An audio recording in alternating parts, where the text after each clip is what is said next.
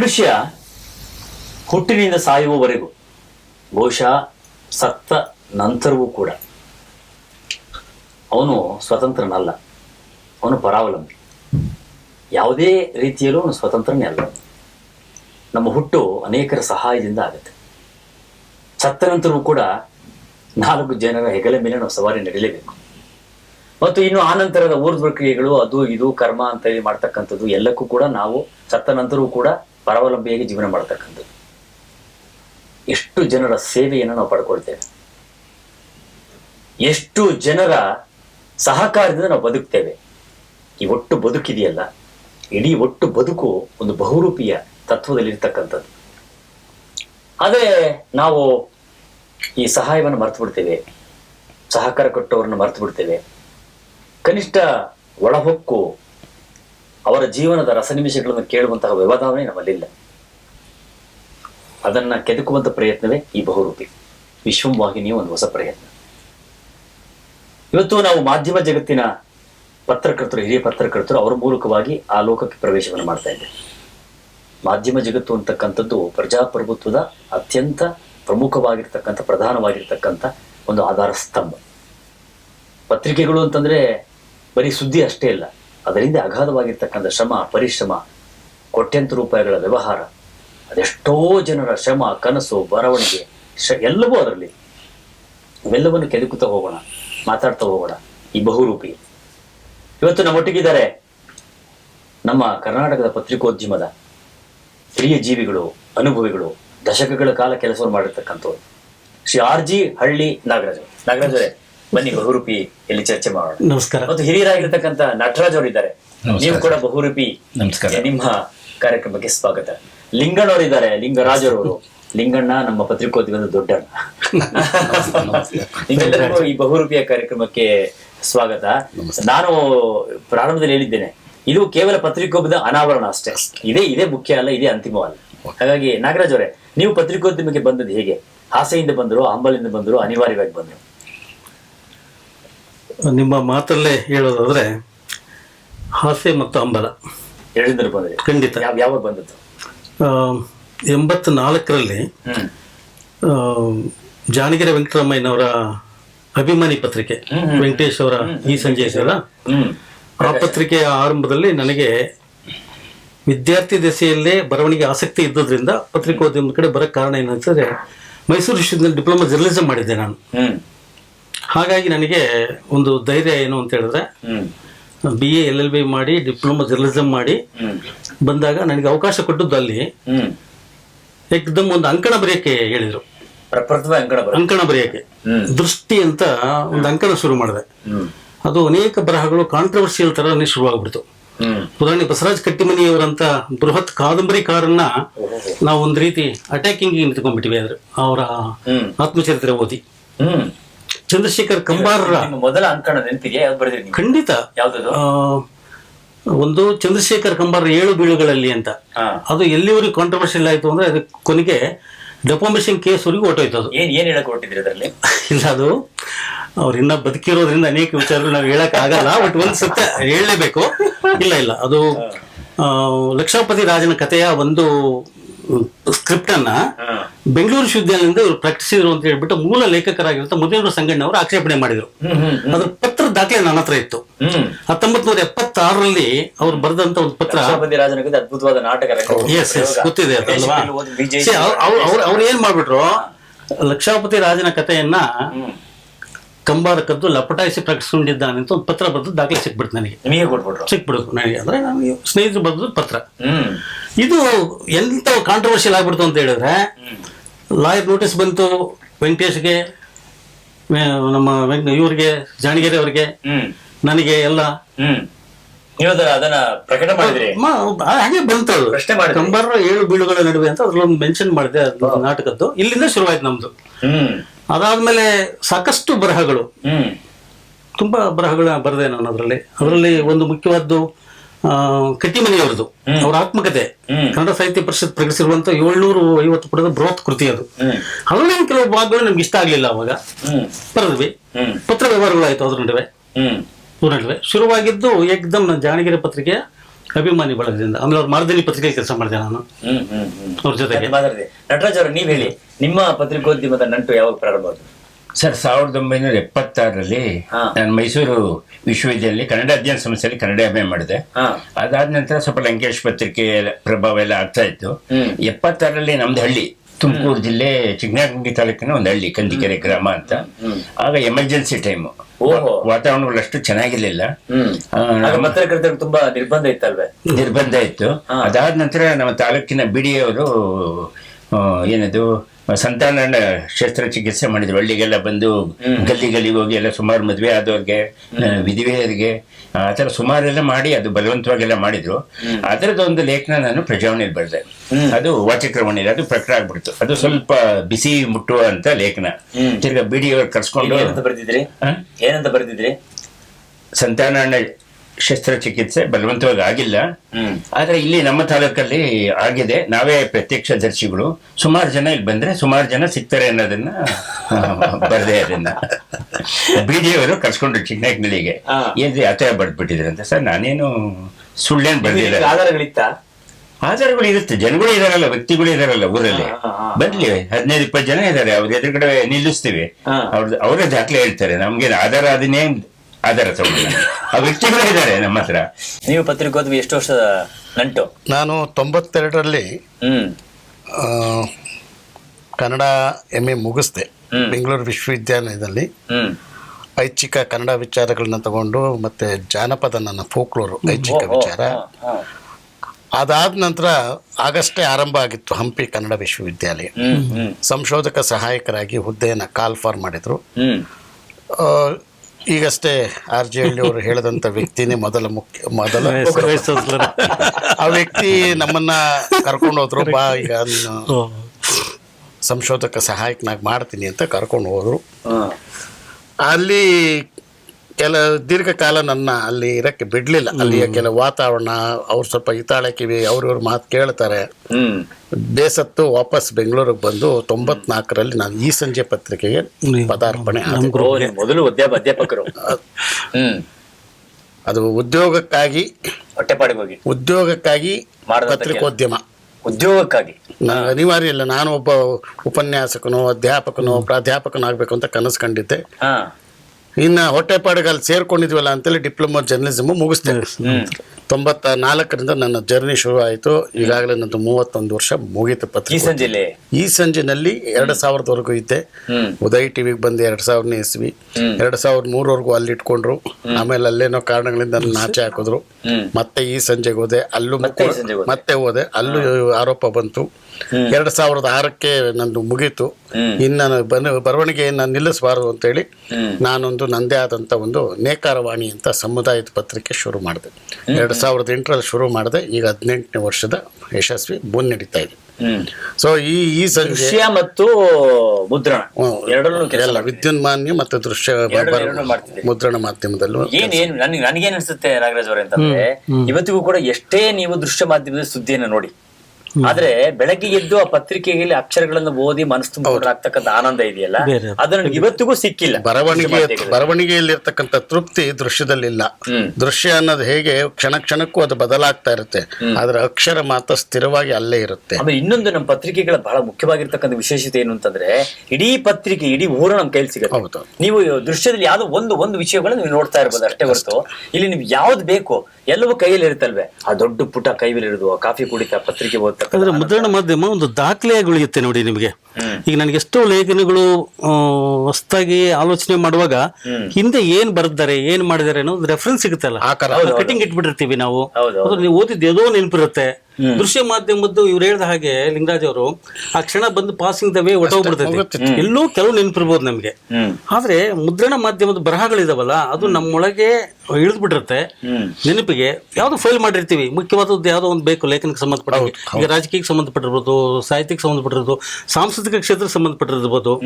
ಯಾವ್ದೋ ಒಂದು ಕಾರ್ನಾಡ್ರಂತವ್ರದ್ದು ಒಂದು ಸಂದರ್ಶನ ಬಂದಿದ್ದನ್ನೇನೋ ಕಟ್ ಮಾಡಿ ಇಟ್ಬಿಟ್ಟಿರ್ತೀವಿ, ಜಿ ಶಿವರಪ್ಪ ಅವ್ರದ್ದು ಇಟ್ಬಿಟ್ಟಿರ್ತೀವಿ. ಬರೆಯುವಾಗ ನಮಗೆ ಮುದ್ರಣ ಮಾಧ್ಯಮನೇ ರೆಫರೆನ್ಸ್ಗೆ ಬೇಕಾಗೋದು. ಈಗ ಎಷ್ಟೋ ಸರಿ ನಾನು ಲಂಕೇಶ್ ಇಲ್ಲೆಲ್ಲಿ ಸಂದರ್ಶನ ಮಾಡಿದ್ದಾರೆ, ಅವ್ರ ಏನೇನು ಸಿಗುತ್ತೆ ಅಂತ ಹುಡುಕ್ತಾ ಹೋದೆ. ಸುಧಾದಲ್ಲಿ ಒಂದು ಸಂದರ್ಶನ ಸಮಕ್ಷಮ ಅಂತ ಕೊನೆಯ ಪುಟದಲ್ಲಿ ಒಂದೇ ಪುಟದ ಸಂದರ್ಶನ, ಲಂಕೇಶ್ವರದು. ಲಂಕೇಶ್ದು ಅಷ್ಟರಲ್ಲೇನೆ ನನಗೆ ಸ್ವಾರಸ್ಯಕರವಾದ 4-5 ಪ್ರಶ್ನೆಗಳ ಉತ್ತರ ಸಿಕ್ತು. ಇನ್ನೊಂದು ಸುಮ್ಮನೆ ರೆಫರ್ ಮಾಡ್ತಾ ಇದ್ದೀನಿ, ನಿಮ್ಗೆ ಆಶ್ಚರ್ಯ ಆಗ್ತದೆ. ಈಗ ಸಮುದಾಯ 50ನೇ ವರ್ಷದ ಆಚರಣೆ ಮಾಡ್ತಾ ಇದೆಯಲ್ಲ, ಸಮುದಾಯ ವಾರ್ತಾಪತ್ರ ಅಂತ ಒಂದು ವಿಶೇಷ ಅಂಕ ತಂದಿದೆ. ಎಂತೆಂಥವ್ರ ಸಂದರ್ಶನಗಳಿದಾವೆ, ಅದರೊಳಗೆ ಎಂತೆಂಥ ಬರಹಗಳಿದಾವೆ ಅಂದ್ರೆ ನೋಡಿ, ಅದನ್ನ ಕಾಪಾಡ್ಕೊಂಡ್ ಬಂದಿದ್ದೀನಿ ನಾನು ಅವತ್ತಿನಿಂದ. ಬಹುಶಃ ಯಾರ ಇದೆಯಲ್ಲ ಗೊತ್ತಿಲ್ಲ. ಸಮುದಾಯ ವಾರ್ತಾಪತ್ರದ ವಿಶೇಷ ಅಂಕ ಅನೇಕ ಸಂಚಿಕೆಗಳು ಇದಾವೆ ನನ್ನ ಹತ್ರ. ಅನೇಕ ಸಾಹಿತ್ಯ ಪತ್ರಿಕೆಗಳಿದಾವೆ, ಬೇರೆ ಬೇರೆ ಪತ್ರಿಕೆಗಳಿದಾವೆ, ಹುಟ್ಟಿ ಸತ್ತ ಪತ್ರಿಕೆಗಳು ನಮ್ಮ ಹತ್ರ ಇದಾವೆ. ಅವೆಲ್ಲ ಆ ಸಂಗ್ರಹಗಳು ಇಲ್ಲ ನನ್ನ ಹತ್ರ ಇದಾವೆ. ಅದು ಯಾವ್ದಾವ್ದು ಅನ್ನೋದು ಈಗ ಪಟ್ಟಿ ಬೇಡ ನನಗೆ, ಅದಕ್ಕೆ ಸಂಬಂಧಪಟ್ಟಂಗೆ ಮಾತ್ರ ಮಾತಾಡ್ತಾ ಇದ್ದೀನಿ. ಅದ್ಭುತವಾದ, ಯಾಕಂದ್ರೆ ಅದು ವಿಚಾರ ಮತ್ತೆ ಬೇರೆ ಹೋಗ್ಬಿಡ್ತದೆ. ನಾನು ಈ ವಿಷಯಕ್ಕೆ ಮಾತ್ರ ಮಾತಾಡ್ಬಿಡ್ತೀನಿ. ಅದರಲ್ಲಿ ಎಂತೆಂಥ ಸಂದರ್ಶನ ಅಂದ್ರೆ BV ಕಾರಂತರದ್ದು ಇರ್ಬೋದು, J. ಶಿವರುದ್ರಪ್ಪ ಅವ್ರದ್ದು ಇರ್ಬೋದು, ಲಂಕೇಶ್ ಇರ್ಬೋದು, ಅದರೊಳಗೆ MS ಸತ್ಯ ಅವ್ರದ್ದು ಇರ್ಬೋದು, ಏನ್ ದಿಗ್ಗಜರಿದ್ದಾರೆ ಇವ್ರದ್ದೆಲ್ಲಾ ಸಂದರ್ಶನಗಳು ಮತ್ತೆ ಲೇಖನಗಳು ಭಾಗ. ಅದು ಅದನ್ನು ಓದ್ತಾ ಇದ್ರೆ ಇವತ್ತು ಕೂಡ ನನಗೆ 50ನೇ ವರ್ಷಕ್ಕೆ ಲೇಖನ ಬರಿಬೇಕು ಅಂದಾಗ ಆ ಸಂಚಿಕೆ ಹುಡುಕಿದೆ, ಓದ್ತಾ ಹೋದೆ, ಅದೇನ್ ಕಾಂಟ್ರಿಬ್ಯೂಟ್ ಮಾಡ್ತು ಪತ್ರಿಕೆ, ನಾನು ಲೇಖನ ಬರೆಯಕ್ಕೆ ಇದು ಅನುಕೂಲ ಆಯ್ತು ನನಗೆ. ನೀವು ಈ ಸಂಜೆಯಲ್ಲಿ ಕೆಲಸ ಶುರು ಮಾಡಿದ್ರೆ ಯಾರು ನಿಮಗೆ ಸಂಪಾದಕರಾಗಿದ್ರು ಮತ್ತು ಹೇಗೆ ನಿಮ್ಮನ್ನು ಅವ್ರು ದುಡಿಸ್ಕೊಂಡ್ರು, ಬಳಸ್ಕೊಂಡ್ರು, ನಿಮಗಾದ ಅನುಭವಗಳೇನು? ನನಗೆ ಆರಂಭದಲ್ಲಿ ಉಪಸಂಪಾದಕ ಅಂತ ಹುದ್ದೆ ಕೊಟ್ಟರು. ಮೊದಲನೇ ದಿನವೇ ಉಪಸಂಪಾದಕರು ನೀವು? ಅಲ್ಲಿ ಹಂಗೆ ಡೆಸ್ಕ್ಗಿಂತ ಯಾಕಂದ್ರೆ ನನ್ನ ಕ್ವಾಲಿಫಿಕೇಶನ್ ಹಂಗಿತ್ತು. ಈ MA ಕನ್ನಡ ಮಾಡಿರೋ ತಗೊಂಡೋಗಿ ಡೆಸ್ಕ್ಗೆ ಹಾಕೋ ಬದಲು ಉಪಸಂಪಾದಕ, ಸಬ್ ಎಡಿಟರ್ ಅಂತ ಕೊಟ್ರು. ಸರಿ ಸರಿ. ಏನು ಇಲ್ಲ, ಓಂ ನಾಮವೇ ಗೊತ್ತಿಲ್ಲ. HS ನಾಗೇಶ್ ರಾವ್ ಅಂತ ಹೇಳಿ ಅವರು ನಮಗೆ ಸುದ್ದಿ ಸಂಪಾದಕರು. ಅವರು ಬಹಳ ಪತ್ರಿಕಾ ಮಧ್ಯೆ ಏನು ಗೊತ್ತಿಲ್ಲ, ಏನು ಓಂ ನಾಮವೇ ಇಲ್ಲ. ಏನಿದ್ರು ನಮಗೆ MA ಕನ್ನಡ ಓದಿದ್ದಷ್ಟೇ, ಕನ್ನಡ ಬರವಣಿಗೆ ಗೊತ್ತು, ಒಂದಷ್ಟು ಮಾತು ಗೊತ್ತಷ್ಟೇ. ಪತ್ರಿಕಾ ಭಾಷೆ ನಮಗ್ ಗೊತ್ತಿಲ್ಲ. ಹೋಗಿದ್ ಕೂಡಲೇ HS ನಾಗೇಶ್ ರಾವರು TP ಕಾಪಿ ಮಾಡ್ತೀನಪ್ಪ ಅಂತ ಅಂದ್ರು.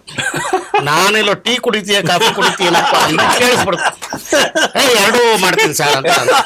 ಎಷ್ಟೊತ್ತು ಕಾಯ್ತಾ ಇದ್ದೀನಿ, ಟೀನೂ ಬರ್ಲಿಲ್ಲ, ಕಾಫಿನೂ ಬರ್ಲಿಲ್ಲ. ಅವರೇನಿದ್ರು ಟೆಲಿಪ್ರಿಂಟರ್ ಕಾಪಿ ಬರೀತೀಯಾ ಅಂತ ಹೇಳಿ. ಸೊ ಅವಾಗ ನನಗೆ ಗೊತ್ತಾಗೋದು ಸುದ್ದಿಯ ಮೂಲಕ್ಕೆ ಒಂದು ಟೆಲಿಪ್ರಿಂಟರ್ ಅನ್ನೋದೊಂದಿದೆ. ಅವಾಗ PTI ಮತ್ತೆ ಇತ್ತು. ನಮಗೂ ಈ ತರದ ಅನುಭವ ಆಯ್ತು. ಉದಯದಲ್ಲಿ ನಾವು ಕೆಲಸ ಶುರು ಮಾಡಿದಾಗ ಅಲ್ಲಿ ಕ್ರೋಮೋ ಅಂತ ಮಾತಾಡೋರು ಪ್ರೋಮೋ ಅಂತ ಮಾತಾಡೋದು. ಕೆಲವರಿಗೆ ಪ್ರೋಮೋನು ಗೊತ್ತಿಲ್ಲ, ಕ್ರೋಮೋನು ಗೊತ್ತಿಲ್ಲ. ಏನ್ ಕ್ರೋಮೋ ಅಂತ ಮಾತಾಡ್ತಾರೆ, ಪ್ರೋಮೋ ಅಂತ ಇವ್ರು ಬೇಕಂದ್ರೆ ಸಿ ಮಾತಾಡ್ತಾರ. ಏನ್ ಪ್ರೋಮೋ ಅಂದ್ರೆ ಸಿ, ಕ್ರೋಮೋ ಅಂದ್ರೇನು? ಎಷ್ಟು ಅದ್ಭುತವಾಗಿದೆ ನೋಡಿ. ಪ್ರೋಮೋ ಅಂತಂದ್ರೆ ಕಾರ್ಯಕ್ರಮದ ಮುನ್ನುಡಿ, ಕ್ರೋಮೋ ಅಂದ್ರೆ ಇದು. ಹಾಗಾಯ್ತಾ? ಹಾಗಾಗಿದ್ ಕೂಡಲೇ ಅಷ್ಟೊತ್ತಿಗೆ ಒಂದು ಸುದ್ದಿ, ಅವತ್ತಿಗೆ ವಿಧಾನಮಂಡಲದ ಅಧಿವೇಶನ ನಡೀತಾ ಇತ್ತು. ವಿಧಾನಸಭೆಯ ಕಲಾಪವನ್ನ ಬೆಲಗೂರು ಸಮೀವುಲ್ಲಾ ಅಂತ ಗೊತ್ತು, ಅವರು ಹಿರಿಯ ಪತ್ರಕರ್ತರು, ಅವರು ಅಲ್ಲಿಂದ ಕೊಟ್ರು. ಅವರು ಶರವೇಗದ ಸರದಾರ ಪತ್ರಿಕಾ ರಂಗದಲ್ಲಿ. ಅವರು ಬಾಳೆ ಬಿಟ್ರೆ ವಾಗ್ಝರಿ. ಹೇಳ್ಕೊಳಕ್ ನನ್ಗೇನು ಗೊತ್ತಿಲ್ಲ, ಶಾರ್ಟ್ ಹ್ಯಾಂಡ್ ಒಂಚೂರು ಗೊತ್ತಿತ್ತು. ಸೊ ಅದ್ರೊಳಗೆ ಒಂದಿಷ್ಟು ಮೊದಲನೇ 2 ಅಕ್ಷರ ಬರೆಯೋದು, ಮುಂದಕ್ಕೆ ಡ್ಯಾಶ್ ಹಾಕೋದು, ಆಮೇಲೆ ಬರೆಯೋಣ. ಸರ್ ಬರೆದು ಬಿಟ್ಟೆ ಸರ್, ಬೆವರು ಅಯ್ಯಪ್ಪ ಬರೋದ್ರೊಳಗೆ. ಅವರು ಹಳಬ್ರು, ಹುಷಾರು. ಕೊಟ್ಟಿರೋರು ಯಾರು?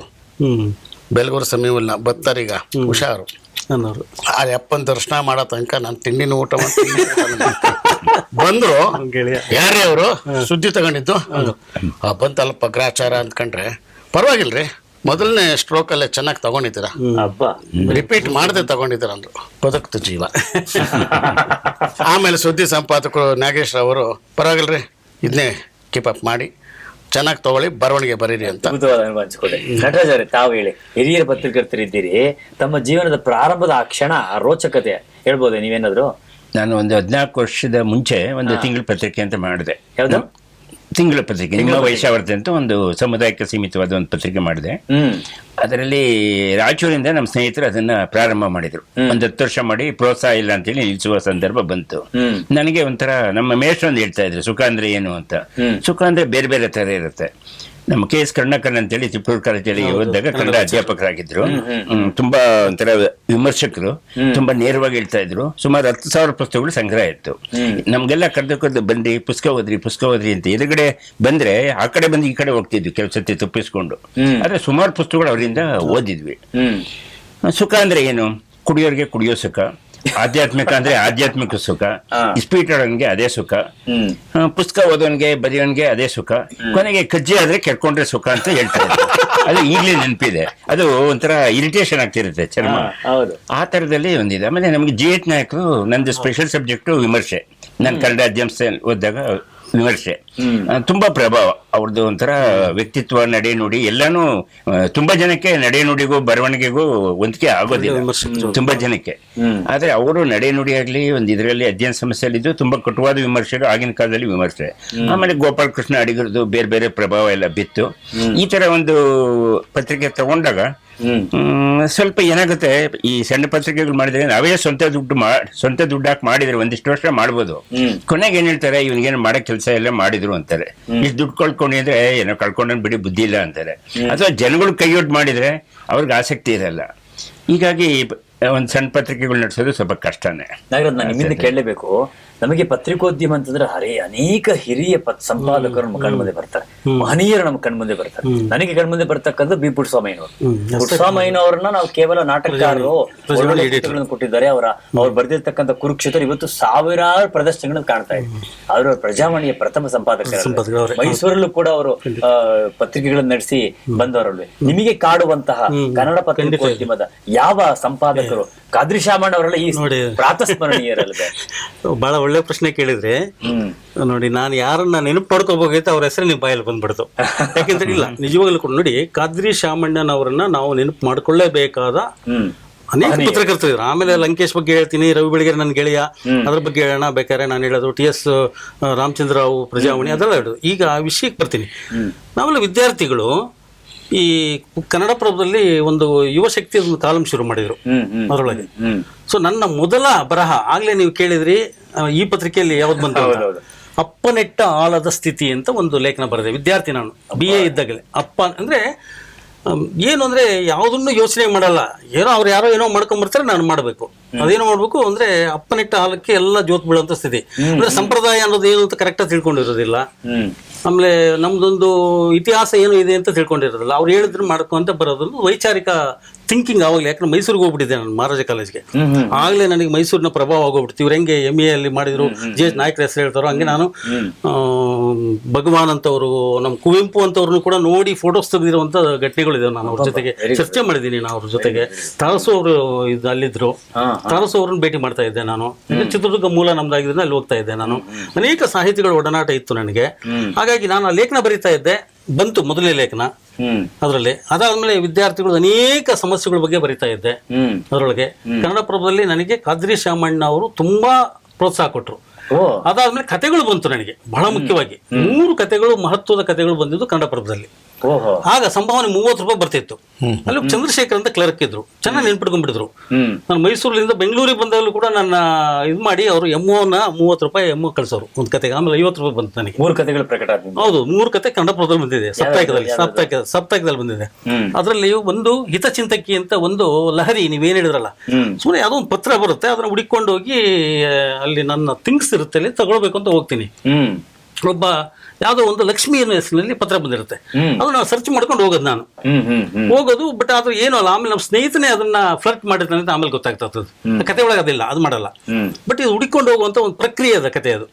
ಇನ್ನು ನಮ್ಮೂರಲ್ಲೇ ನಡೆದಂತ ಒಂದು ದಲಿತ ಮತ್ತು ಬೇರೆ ವರ್ಗದ ನಡೆದಂತ ಒಂದು ಘರ್ಷಣೆಗಳದು.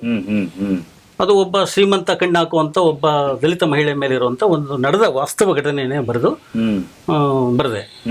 ಅದು ಹೊಗೆ ಅನ್ನೋ ಕಥೆಯಲ್ಲಿ ಅದು ಪ್ರಕಟವಾಯಿತು. ಹೀಗೆ 1-2 ಶ್ರೀಮಂತ ಕರ್ನಾಟಕದಲ್ಲಿ ಪ್ರಕಟವಾಯಿತು. ಆಮೇಲೆ ಕಥೆಗಳು ಫಸ್ಟ್ ಖಾದ್ರಿ ಶಾಮಣ್ಣ ಅದು ಹೇಳ್ತೀನಿ. ರೈತ ಚಳುವಳಿ ಶುರುವಾಯಿತು. ರೈತ ಚಳುವಳಿ ಶುರುವಾದಾಗ ನಿಮಗೆ ಬಹಳ ವಿಧಾನಸೌಧ ಮುಂದ್ಗಡೆ ಕಬ್ಬನ್ ಪಾರ್ಕಲ್ಲೆಲ್ಲ ತುಂಬ್ಕೊಂಡ್ಬಿಡ್ತು. ಅಷ್ಟು ಜನ ಜನ ಜನ ಜನ ಎಲ್ಲಿ ನೋಡಿದ್ರು ಕೂಡ. ಅವರೊಂದು ಇದು ಬರೆದ್ರು, ನೆಲಕಚ್ಚಿದ್ದ ರೈತ ಎದೆ ಸೆಡೆಸಿ ನಿಂತ ಅಂತ ಒಂದು ಕ್ಯಾಪ್ಷನ್ ಕೊಟ್ಟರು ಮುಖಪುಟದಲ್ಲಿ. ಖಾದ್ರಿ ಅವರು ಟೈಟ್ಲ್ ಅಂತ ಹೇಳಿದ್ರು, ಇನ್ನೂ ನೆನಪಿದೆ ನನಗೆ. ನೆಲಕಚ್ಚಿದ್ದ ರೈತ ಎದೆ ಸೆಡೆಸಿ ನಿಂತ ಅಂತ ಕೊಟ್ಟರು. ಆಯ್ತಾ? ಮುಖಪುಟದಲ್ಲಿ ಸಂಪಾದಕೀಯ, ಮುಖಪುಟದಲ್ಲಿ ಸಂಪಾದಕರು ಬರ್ತಿರ್ಲಿಲ್ಲ, ಇವರೇ ಶುರು ಮಾಡಿದ್ದು. ಇದು ಸಲ್ಲ, ಇದು ಅಕ್ಷಮ್ಯ, ಇದು ಅಪರಾಧ. ವಾಕ್ಯಗಳು ಇದಾವಲ್ಲ, ಕಟ್ಟು ವಾಕ್ಯಗಳು ನಿಮ್ಗೆ ಉದ್ದವು ಹೇಳಲೇಬೇಕಾಗಿಲ್ಲ ನೀವು. ಇದು ಅಕ್ಷಮ್ಯ, ಅರ್ಥ ಆಯ್ತು. ಇದು ಸಲ್ಲ, ಸೂಪರ್, ಕ್ಷಮಾಪಣೆಗೆ ಅರ್ಹನಲ್ಲ, ಒಂಚೂರು ಉದ್ದ ಆದ್ರೂ ಪರವಾಗಿಲ್ಲ ಅಷ್ಟೇ. ಅಂದ್ರೆ ಈ ತರದ ವಾಕ್ಯಗಳಿಂದ ನಮ್ಮನ್ನ ಅವರು ಕಟ್ಟಿಟ್ರು. ಆಮೇಲೆ ಸಮಾಜವಾದಿಗಳು ಅವರು ಮುಖ್ಯವಾಗಿ ನಮ್ಗೆಲ್ಲ ಒಂದ್ ಸ್ವಲ್ಪ ಲೋಹಿಯ ಸಮಾಜವಾದಿಗಳು. ವ್ಯಕ್ತಿತ್ವ ಅವ್ರ ಜೊತೆ ಮಾತಾಡೋದು ಒಂದು. ಆಮೇಲೆ ಅಷ್ಟೇ ಅಲ್ಲ, ನನಗೆ ಇನ್ನೊಂದು ಅವಕಾಶ ಮಾಡಿಕೊಡೋದು ಹೇಳಲೇಬೇಕು ನಾನೀಗ. ಹಾ ಅಂತಾರಾಷ್ಟ್ರೀಯ ಚಲನಚಿತ್ರೋತ್ಸವ ನಡೀತಾ ಇತ್ತು ಡೆಲ್ಲಿ, ಕಲ್ಕತ್ತಾ, ಬಾಂಬೆ. ಇಲ್ಲಿಂದ ಒಂದು ಟೀಮ್ ಹೋಗ್ಬಿಡ್ತಿದ್ವಿ ಎಲ್ಲ ಪತ್ರಕರ್ತರೆಲ್ಲ, ಚಲನಚಿತ್ರ ಪತ್ರಕರ್ತರೆಲ್ಲ ದೊಡ್ಡವರೆಲ್ಲ, ವಿಜಯಂನಿಂದ ಒಳಗೊಂಡಂತೆ ಎಲ್ಲರೂ, ಸುಬ್ರಹ್ಮಣ್ಯ, ರುಕ್ಕೋಜಿ ಎಲ್ಲ ಹೋಗ್ಬಿಡ್ತಿದ್ವಿ, ದೊಡ್ಡವರು ಸಿಗರು. ಅಂತಾರಾಷ್ಟ್ರೀಯ ಚಲನಚಿತ್ರೋತ್ಸವದ ಮುಕ್ಕಾಲು ಪುಟ ನನಗೆ ಮೀಸಲು ಬಂದ್ರೆ, ಕಲರ್ ಫುಡ್ ಇದರಲ್ಲಿ 3 ವರ್ಷ ನನಗೆ ಕೊಟ್ಟ ಇದಿದೆಯಲ್ಲ ಆದ್ಯತೆ, ನನಗೆ ಖಂಡಿತವಾಗೂ ಖಾದ್ರಿ ಶಾಮಣ್ಣ ಅವ್ರನ್ನ ಅಲ್ವೇ, ಅಂತವರ ಮಾರ್ಗದರ್ಶನದಲ್ಲಿ ಬೆಳೆಯುವುದೇ ಒಂದು ಸೌಭಾಗ್ಯ. ಅದನ್ನ ಪಡೆದಿರಿ, ಬಹಳ ಧನ್ಯತೆ. ನಿಮಗೆ ಯಾವ ಸಂಪಾದಕರು ಬಹಳವಾಗಿ ಕಾಡ್ತಾರೆ ನಮ್ಮ ಪತ್ರಿಕೋದ್ಯಮದ? ಸಂಯುಕ್ತ ಕರ್ನಾಟಕದ ರಾಜಾರಾವ್ ಅವರು. ಅವರು ಪತ್ರಿಕಾ ರಂಗದ ಭೀಷ್ಮ ಅಂತಾನೆ ಕರೀತಿದ್ರು. ಏನು ಪಾದರಸ ಅಂದ್ರೆ ವಯಸ್ಸಾಗಿದ್ರು ಕೂಡ ಪತ್ರಿಕೆ ನಡೆಸುವಂಥ ಒಂದು ಚಟುವಟಿಕೆಯಲ್ಲಿ ಪಾದರಸವೇ. ನನಗೆ ಯಾಕೆ ಅವರು ಕಾಡ್ತಾರೆ ಅಂದರೆ, ನನ್ನನ್ನು ಅವ್ರ ಪತ್ರಿಕೆಯಲ್ಲಿ ಇಟ್ಕೊಂಡಿದ್ದು ಕೇವಲ 3 ತಿಂಗಳು ಅಷ್ಟೇ. 3 ತಿಂಗಳಿಗೆ ಒಂದು ಕಾಳು ಬೆಂದಿದೆಯಾ ಅಂತ ನೋಡಿದ್ರಲ್ಲ, ಅದು ನನಗೆ ಇವತ್ತಿಗೂ ಕಾಡುತ್ತೆ. ಯಾತಕ್ಕೆ ನನ್ನನ್ನು ತೆಗೆದ್ರ ಕೆಲಸಕ್ಕೆ? ಸಂಯುಕ್ತ ಕರ್ನಾಟಕದಲ್ಲಿ ಕೆಲಸಕ್ಕೆ ಸೇರಬೇಕಾದ್ರೆ ಅವನು ಎಕ್ಸಿಟ್ ಯಾವಾಗ ಅಂತ ಬರ್ಕೊಂಡ್ಬಿಟ್ಟಿರ್ತಾರಂತೆ. ಸೊ ಎಂಟ್ರಿ ಅಂಡ್ ಎಕ್ಸಿಟ್ ನನ್ನಲ್ಲೇ ಇರುತ್ತಂತೆ. ಶಾಮರಾವ್, ನಾಟ್ ರಾಜಾರಾವ್, ಶಾಮರಾವ್. ಭಯ ಇತ್ತು ಎಲ್ರಿಗೂ, ಭಯ. ಒಂಥರ ಹಿಟ್ಲರ್ ಮಾದರಿ. ಅವ್ರ ಕಚೇರಿ ಕಾಲಿಟ್ಟು ಅಂದ್ರೆ ಸಾಕು, ಎಲ್ಲ ಅಲರ್ಟ್. ಅವಂತವ್ರ ಗರಡಿಯಲ್ಲಿ ಬೆಳೆದವರು ವೆಂಕಟನಾರಾಯಣ ಅವರು. ಅಂದ್ರೆ ಅವ್ರ ಹತ್ರ ಬಾಳ್ಬೇಕು ಅಂದ್ರೆ ನಮ್ಗೆ ಅರ್ಹತೆ ಇರಬೇಕು, ಅರ್ಹತೆ ಮತ್ತು ಯೋಗ್ಯತೆ. ವೆಂಕಟನಾರಾಯಣ ನನ್ನ ಗುರುಗಳು. ಅವೆರಡೂ ನನ್ನ ಹತ್ರ ಆ ವಯಸ್ಸಿಗೆ ಇರ್ಲಿಲ್ಲ, ಈಗ ಪಡೆದಿರಬಹುದೇನೋ ಗೊತ್ತಿಲ್ಲ. ಅವ್ರು ನನ್ನನ್ನು ಯಾವ ಕಾರಣಕ್ಕೆ ಏನು ಹೇಳಿದೇನೆ, ಸುಖ ಸುಮ್ಮನೆ ನಾಳೆಯಿಂದ ಆ ಹುಡುಗ ಬೇಡ, ಎಲ್ಗೋಗೋಣ ಸ್ವಾಮಿ, ಮತ್ತೆ ಬ್ಯಾಕ್ ಟು ಪೈಲಿನ್ ಈ ಸಂಜೆ. 3 ತಿಂಗಳು ಅವಧಿ ಹೆಂಗಿತ್ತು? 3 ತಿಂಗಳು ಒಂಥರ, 3 ತಿಂಗಳು ಇದ್ದೊಂದು ನನಗೆ ಅವತ್ತು ನೈಟ್ ಶಿಫ್ಟೇ 3 ತಿಂಗಳು. ಹಗಲೊತ್ತು ನಾನು ಯಾರನ್ನೂ ನೋಡ್ಲಿಲ್ಲ, ಕತ್ತಲಲ್ಲೇ ನನ್ನನ್ನು ಕರಗಿಸಿ ಕಳುಹಿಸಿದರು. ಸೂರ್ಯನ ಬೆಳಕೆ ನೋಡ್ಲೇ ಇಲ್ಲ. ನಮ್ಮ ಮನೇಲಿ ನೋಡ್ಕೊಂಡಿದ್ದೆ ಅಷ್ಟೇ, ಕಚೇರಿಯಲ್ಲಿ ಯಾರು ನೋಡ್ಲಿಲ್ಲ. ನೈಟ್ ಡ್ಯೂಟಿ ಬಾರಪ್ಪ ಅನ್ನೋರು, ನಾವು ಡೆಪಿ ತುಂಬ ತತ್ತಿದ್ದು. ಏನ್ ಕೆಲಸ ಕೊಟ್ಟಿದ್ರು? ಸಬ್ಮಿಟ್ ಇಟ್ರು. ಕಾಪಿ ಬರೆಯೋದು, ಮತ್ತೆ ಈ ಗ್ರಾಮಾಂತರದಿಂದ ಬರತಕ್ಕಂಥ ಸುದ್ದಿಗಳನ್ನ ಎಡಿಟ್ ಮಾಡೋದು, ತಲೆ ಬರಹ ಕೊಡೋದು, ಇವುಗಳ ಕೆಲಸ ಇತ್ತು. 2 ಗಂಟೆಗೆ ಮುಗಿಯೋದು, ಪಾಚ್ಕೊಂತಿದ್ವಿ. ಇನ್ನೇನು 5 ಗಂಟೆಗೆ ಹೋಗಿ ಮನೆಗೆ ಹೋಗ್ತಿದ್ವಿ. 2:15 ಎಲ್ಲ ಗಾಡಿಯಲ್ಲಿ ಕರ್ಕೊಂಡು ಹೋಗ್ತಿದ್ವಿ. ಕರೆಕ್ಷನ್ಸ್ ಮಾಡ್ತಿದ್ರ ಅಷ್ಟೇ. ಅಲ್ಲ, ಕರೆಕ್ಷನ್ಸ್ ಮಾಡೋರ, ತಿದ್ದುಪಡಿ ವಿಚಾರಕ್ಕೆ ಅಂತ ಒಬ್ಬರು ನಾಗೇಶ್ ರಾವ್ ಅಂತ ಅವಾಗಲೇ ಹೇಳಿದ್ರು ಈ ಸಂಜೆಲಿ ಇದ್ದಾಗ. ಏನೋ ಲಿಂಗರಾಜು ಎಷ್ಟೊಂದು ತಪ್ಪು ಬರೀತೀಯಲ್ಲೋ ಅಂದ್ರು. ಸ್ವಾಮಿ, ನಾವು ತಪ್ಪು ಬರೆಯೋದಕ್ಕೆ ನಿಮ್ಗೆ ಸಂಬಳ ಕೊಡ್ತಾ ಇರೋದು. ನಾನು ಪೂರ್ತಿ ಸರಿಯಾಗಿ ಬರೆದ್ಬಿಟ್ರೆ ನಿಮ್ಮ ಜಾಗದಲ್ಲಿ ನನ್ನ ಕುಣಿಸಿರೋರು, ನೀವು ನಮ್ಮನ್ನ ಸ್ಮರಿಸಬೇಕು ಅಂತ ಅಂದೆ. ಏನ್ ತರಲೆ ನನ್ನ ಮಗನಲ್ಲೋ ನೀನು. ಸೊ ಹಂಗೆ ಶಾಮರಾಯರ ಬಗ್ಗೆ ಯಾಕೆ ನಾವು ಅವರು ನಮ್ಮನ್ನ ನಾನು ಇವತ್ತಿಗೂ ನೆನೆಸ್ಕೊಂತೀನಿ ಅಂದ್ರೆ, ಅವರು ಅವತ್ತಿಗೆ ಕಂಡುಕೊಂಡಂಥ ತತ್ವ ಸಿದ್ಧಾಂತಗಳ ಪರಿಣಾಮ ಇವತ್ತು ಏನು ಮುದ್ರಣ ಮಾಧ್ಯಮ ಅವಸಾನದ ಅಂಚಿನಲ್ಲಿ ಸಾಗುತ್ತಿರುವ ನಡುವೆಯೂ ಆ ಪತ್ರಿಕೆ ತನ್ನ ಜೀವಂತಿಕೆಯನ್ನು ಉಳಿಸಿಕೊಂಡಿದೆ. ಸರ್, ನೀವು ಹೇಳ್ಬೇಕು, ಹಿರಿಯರು ನೀವು ಹೇಳಿ ಸರ್. ಇವತ್ತಿನ ಮಾಧ್ಯಮಗಳು, ಪ್ರಜಾವಾಣಿ ಪತ್ರಿಕೆ 50 ವರ್ಷದಿಂದ ಓದಗ ನಾನು. ರಾಮಚಂದ್ರ ಅವರ ಚೂಬಾಣ ಎಲ್ಲ ಆಗಿನ ಇದೆಲ್ಲ ಪತ್ರಿಕೋದ್ಯಮ ಒಂಥರ ಸಮಾಜಕ್ಕೆ ಹತ್ತಿರವಾಗಿತ್ತು. ಆ ವಿಚಾರಗಳಾಗ್ಲಿ, ಬೇರೆ ಯಾವುದೋ ಘರ್ಷಣೆಗಳಾಗ್ಲಿ, ಇದಾಗ್ಲಿ, ಅದನ್ನ ಸ್ವಲ್ಪ ನೇರವಾಗಿ ಸುಮಾರು ಜನ ಹೇಳ್ತಾ ಇದ್ರು. ಈಗ ಸ್ವಲ್ಪ ಏನಿದು ಎಲೆಕ್ಟ್ರಾನಿಕ್ ಮೀಡಿಯಾ ಬಂದು ಪತ್ರಿಕೆ ಓದು ಕಡಿಮೆ ಆಗಿದೆ. ನೀವು ಹೇಳಿದ್ರಿ ಬೆಳಗ್ಗೆ ನಮ್ಗೆ ಸಮಾಧಾನ ಆಗಲ್ಲ, ಒಂದಿಷ್ಟು ಕಾಫಿ ಪತ್ರಿಕೆ ಓದೋದು ನಮ್ಮಂತ ಹಿರಿಯರಿಗೆ ಇದಕ್ಕೆ ಅಂತ. ಈಗ ಎಷ್ಟೋ ಜನ ಪೇಪರ್ ತರಿಸೋದೇ ಬಿಟ್ಬಿಟ್ಟಿದ್ದಾರೆ. ನ್ಯೂಸ್ ಅಲ್ಲಿ ನೋಡಿದ್ರೆ ಸಾಕು, 5 ನಿಮಿಷ ಇನ್ನೇನಿರುತ್ತೆ ಅಂತ. ನ್ಯೂಸ್ ನೋಡಿದ್ರೆ ಸಾಕು, ಯೂಟ್ಯೂಬ್ ಅಲ್ಲಿ ನೋಡಿದ್ರೆ ಸಾಕು, ಮೊಬೈಲ್ ಸಾಕು ಅನ್ನೋದು ಆನಂದವೇ ಬೇರೆ. ಮೊಬೈಲ್ ಅಲ್ಲಿ ಚಿತ್ರ ನೋಡೋದಕ್ಕೂ ಒಂದು ದೊಡ್ಡ ತೆರೆಯಲ್ಲಿ ಚಿತ್ರ ನೋಡೋಕ್ಕೂ ವ್ಯತ್ಯಾಸ ಇದೆ. ಆನಂದ ಅಲ್ವೇ? ಇತ್ತೀಚೆಗೆ ಒಬ್ರು ಹಿರಿಯರ ಸಾಹಿತಿಗಳು ಸ್ಟೇಟ್ಮೆಂಟ್ ಕೊಟ್ರು, ಈ ಸಾಹಿತ್ಯ ಅನ್ನೋದು ಮುದುಕರಿಗೆ ಮಾತ್ರ ಸೀಮಿತವಾಗಿದೆ ಅಂತ. ನನ್ನ ಹೆಸರು ಮರ್ತೋಗ್ಬಿಟ್ಟೆ, ಬಹುಶಃ ಅದು ನಿಜನೂ ಅನ್ಸುತ್ತೆ. ಓದುವ ಒಂದು ಅಭ್ಯಾಸ ಈಗೀಗ ಹುಡುಗರು ಅವರು ಬರ್ತಾ ಇದಾರೆ. ಇವತ್ತು ಎಷ್ಟೋ ಕೃತಿಗಳು, ಇವಾಗ ಮೊನ್ನೆ ವೀರಪತ್ರ ಶ್ರೀನಿವಾಸ ಅವ್ರದ್ದು ಪುಸ್ತಕ ಸಂತೆ ಮಾಡಿದ್ರು, ಅದ್ಭುತವಾದ ಪ್ರತಿಕ್ರಿಯೆ. ಸರ್ಕಾರದ ಇದರಲ್ಲಿ ಈಗ 4 ವರ್ಷದಿಂದ ಪುಸ್ತಕಗಳನ್ನ ಕೊಂಡ್ಕೊಂಡಿಲ್ಲ. ಅದು ಆತರದ್ದೇ ಸಮಸ್ಯೆಗಳು. ಆದ್ರೆ ಪುಸ್ತಕ ಸಂಸ್ಕೃತಿ ಹೋಗಿದೆ ಅಂತ ಹೇಳಕ್ಕಾಗಲ್ಲ. ಈಗ ನಮ್ಮ ಪತ್ರಿಕೆನ ಹೋಗ್ಲಿ ಅಂದ್ರೆ ಕೆಲವರು ಫೋನ್ ಮಾಡ್ತಾರೆ, ಕೆಲವರಂತೂ ಮೊದಲು ನಾವು ಪಿನ್ ಮಾಡ್ತಾ ಇದೀವಿ ಪತ್ರಿಕೆಗೆ. ನಮ್ದು ಅಂಗಡಿ ಇತ್ತು, ಆ ಪೇಪರ್ ಎಲ್ಲ ವಾಪಸ್ ಬಂದ್ರೆ ಆ ಪೇಪರ್ ಮಧ್ಯ ಇಟ್ಕೊಂಡ್ ಬರೋದು, ಅಂದ್ರೆ ಪಿನ್ ಕೂಡ ಓಪನ್ ಮಾಡಿರ್ಲಿಲ್ಲ. ಯಾವ್ದೋ ಒಂದು ಮುಲಾಜ್ಗೋಸ್ಕರ ಆ ಪತ್ರಿಕೆ ತರಿಸ್ಕೊಂಡವ್ರು. ನನಗೆ ಪ್ರಜಾವಾಣಿಯಲ್ಲಿ ಸುದ್ದಿ ಬಿಡಿ, ಇದಿದ್ರೆ ನಮಗೆ ಪ್ರಜಾವಾಣಿ ಎಷ್ಟು ಮಟ್ಟಿಗೆ ಪ್ರಜಾವಾಣಿ ನಮ್ಮನ್ನು ಆವರಿಸ್ಕೊಂಡಿತ್ತು ಅಂತಂದ್ರೆ ಬರೀ ಪ್ರಜಾವಾಣಿ ಹೆಸರಲ್ಲ, ಮೈಸೂರು ಪ್ರಿಂಟರ್ಸ್ ಹೆಸರು ಜನರಿಗೆ ಗೊತ್ತಿತ್ತು. ಹೌದು ಅಲ್ವೇ? ಇದು ಮೈಸೂರು ಪ್ರಿಂಟರ್ಸ್ ಪತ್ರಿಕೆ ಅಂತಕ್ಕಂಥ ಬಗ್ಗೆ ಮಾತಾಡೋರು. ಅದ್ರಲ್ಲಿ ರಾಮನ್ ಅಂತಕ್ಕಂಥ ಒಂದು ಹೆಂಗೆ ಬರೋದು ಎಂತ ಅದ್ಭುತವಾದ 3 ಇದರಲ್ಲಿ ಎಷ್ಟು ಚೆನ್ನಾಗಿತ್ತು, ಎಷ್ಟು ಆಪ್ಯಾಯಮಾನವಾಗಿತ್ತು ಅಂತಂದ್ರೆ ಮೊದಲ ಪತ್ರಿಕೆಯಲ್ಲಿ ಅಲ್ಲಿ ಓಡ್ಬೇಕು ಅನ್ಸತ್ತೆ. ಈಗ ಪ್ರಜಾವಾಣಿ ರಾಮನ್ ಹೇಳ್ತೀರಿ, ಅದೇ ಸುಧಾದಲ್ಲಿ ಡಾಬು ಅಂತ ಬರೋದು, ಡಾಬು ಅಂತ ಬರೋದು, ಅದನ್ನ ಇದ್ ಮಾಡ್ತಾ ಇದ್ವಿ. ಆಮೇಲೆ ಸಾಹಸದ ಕಥೆಗಳು ಅವೆಲ್ಲ ನಾವು ಚಿಕ್ಕವರಿದ್ದಾಗ ಸುಧಾ ಅಂತ ಪತ್ರಿಕೆಯಲ್ಲಿ ನಮಗೆ ಪ್ರಭಾವ ಬೀರಿದ್ದೇನೆ ಮಕ್ಕಳ ಕಥೆಗಳು, ಕವಿತೆಗಳು. ಆ ಮೂಲಕ ನಮಗೆ ಒಂದು ನೆನಪಾಗ್ತಾ ಇದೆ ನನಗೆ. ಲಂಕೇಶ್ ಇವ್ರು ಹೇಳ್ತಾ ಇದ್ರಲ್ಲ, ಹೆಂಗಿದ್ರು ಅವರು ಮೈಸೂರು ವಿಶ್ವವಿದ್ಯಾಲಯದ MA ವಿದ್ಯಾರ್ಥಿ ಆಗಿರೋದ್ರಿಂದ ಸಾಹಿತ್ಯ ಚೆನ್ನಾಗಿ ಗೊತ್ತಿರೋದ್ರಿಂದ ನಮ್ಮನ್ನ ಪತ್ರಿಕೋದ್ಯಮ ಮತ್ತು ಸಾಹಿತ್ಯ ಎರಡರಲ್ಲೂ ಕೂಡ ಬೆಳೆಸಿದ್ದು ಲಂಕೇಶ್ ಪತ್ರಿಕೆ. ಬಹುಶಃ ಇದು ಎಲ್ಲರೂ ಒಪ್ತಾರೆ. ಯಾಕಂದ್ರೆ ಅದನ್ನ ಬರೀ ಮೊದಲನೇ ಪತ್ರಿಕೆ ಬ್ಲಾಕ್ ಅಂಡ್ ವೈಟ್ ಅಲ್ಲಿ ಬಂದಿದ್ದು ಪತ್ರಿಕೆ ಟೈಟ್ಲ್ ಈಗಲೂ ಕೂಡ ನೆನಪಿದೆ. ನಾನು ಹೆಂಗೆ ಕನ್ನಡಪ್ರಭದ ಹೇಳಿದ್ನೋ ಹಂಗೆ ಬೆಂಡೆಕಾಯಿ ಗುಜ್ಜು ವರ್ಸಸ್ ಚಿಕನ್ ಪಲಾವ್ ಅಂತ ಟೈಟ್ಲ್. ಎಂತ ಅದ್ಭುತವಾದ ಮಾತು ನೆನ್ಸ್ಕೊಂಡ್ರೆ. ಬೆಂಡೆಕಾಯಿ ಪಲಾವ್ ಅಲ್ಲ, ಈಗ ನಾನು ಅನೇಕ ಈ ತರದ ನೆನಪುಗಳು ಇಟ್ಕೊಂಡಿರ್ತೀನಿ. ಯಾಕಂದ್ರೆ ಬೆಂಡೆಕಾಯಿ ಗುಜ್ಜು ವರ್ಸಸ್ ಚಿಕನ್ ಪಲಾವ್ ಹೇಳಿ, ಇದರಿಂದ ಒಂದು ದೊಡ್ಡ ಸುದ್ದಿ ಇದೆ. ಬೆಂಡೆಕಾಯಿ ಗುಜ್ಜು ಯಾರ್ದು, ಚಿಕನ್ ಪಲಾವ್ ಯಾವುದು? ಬೆಂಡೆಕಾಯಿ ಗುಜ್ಜು versus chicken pulao, veg non veg ಇದು ಇದು ಯಾಕೆ ಹಿಂಗ್ ಬಂತು ಅಂದ್ರೆ, ಆ ಪತ್ರಿಕೆ ಆರಂಭ ಮಾಡಿದ್ರೆ ಗುಂಡೂರು ಅವ್ರದ್ದು ಸರ್ಕಾರ ಹೈ ಪಿಚ್ ಸರ್ಕಾರ, ಅನೇಕ ಕಾಂಟ್ರವರ್ಷಿಯಲ್ ಇಂದ. ಈಗ ಗೋಕಾಕ್ ಚಳವಳಿ ಶುರುವಾದಾಗ ಇವರು ಸಂಸ್ಕೃತಿಗೆ ಮೊದಲನೇ ಸ್ಥಾನ ಕೊಟ್ಟಾಗ ಕನ್ನಡಕ್ಕೆ ಬೇಕು ಅಂತ ದೊಡ್ಡ ಚಳವಳಿ ಆಯ್ತು. ಅದಕ್ಕೆ ಗೋಕಾಕ್ ಅಂತ ಪ್ರೊಫೆಸರ್ನ ಅದಕ್ಕೊಂದು ಕಮಿಟಿ ಮಾಡಿದ್ರು, ಇದಕ್ಕೊಂದು ರಿಪೋರ್ಟ್ ಕೊಡಿ ಅಂತ. ಗುಂಡೂರು ಅವ್ರಿಗೆ ಯಾವ್ದಕ್ಕೂ ಎದುರ್ತಾನೆ ಇರ್ಲಿಲ್ಲ. ಅವ್ರಿಗೆ ಎಷ್ಟು ಧೈರ್ಯ ಅಂದ್ರೆ, ಈಜ್ಕೊಳ್ಳೋ ಉದ್ಘಾಟನೆ ಮಾಡಕ್ ಹೋದ್ರೆ ನಾನೇ ಉದ್ಘಾಟನೆ ಮಾಡ್ತೀನಿ ಅಂತ ಎಲ್ಲ ಬಿಟ್ಟು ಚಡ್ಡಿಲಿ ಹೋಗ್ಬಿಟ್ಟು ಉದ್ಘಾಟನೆ ಮಾಡೋದು. ಆಮೇಲೆ ನಾನು ಮೀನ್ ತಿನ್ನೋದು ಮಾಂಸ ತಿನ್ನೋ ಬ್ರಾಹ್ಮಣ ಅಂತ ಹೇಳೋರು. ಆ ಟೈಮಲ್ಲಿ ಇವ್ರು ಏನ್ ಮಾಡಿದ್ರು, ಬಮ್ ಗುಮ್ ಅಂತ ಶುರು ಮಾಡಿದ್ರು. ಬಮ್ ಅಂದ್ರೆ ಬಂಗಾರ, ಬಮ್ ಗುಮ್ ಅಂತ ಶುರು ಮಾಡಿದ್ರು.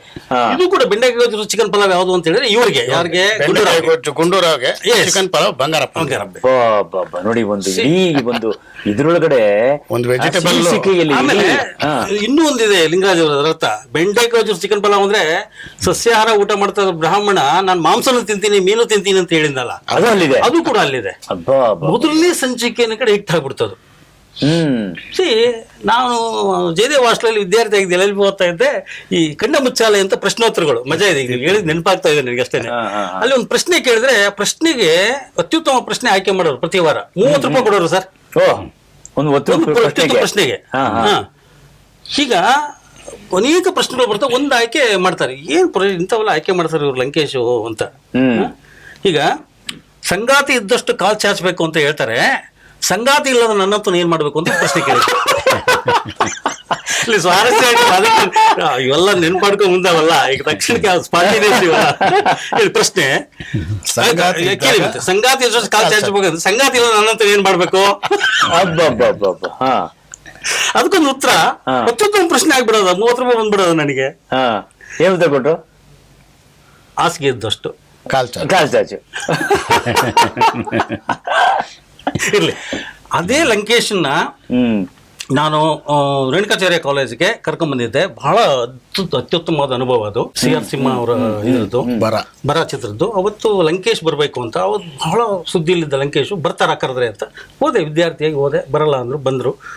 ಬಂದ ದಿನ ಅವ್ರ ತಂದೆ ತೀರ್ಕೊಂಡು ಅಂತ ಸುದ್ದಿ ಬಂತು. ದೊಡ್ಡ ಸಮಾರಂಭ ನಡೀತಾ ಇದೆ, ಕಿಕ್ಕಿರ್ ಜನ ಬಂದ್ಬಿಟ್ಟಿದ್ದಾರೆ. ನಾನು ಹೆಂಗ್ ಸುದ್ದಿ ತಿಳಿಸೋದು? ಮತ್ತೆ ಅವಾಗೇನು ಮೊಬೈಲ್ ಇಲ್ಲ ಎಂತದಿಲ್ಲ. ಪ್ರಿನ್ಸಿಪಾಲ್ ರೂಮಿಗೆ ಫೋನ್ ಬರೋದು, ನಾನು ಕರೆಯೋದು, ಸರ್ ಹಗಲೆಲ್ಲ ಫೋನ್ ಬರೋದು.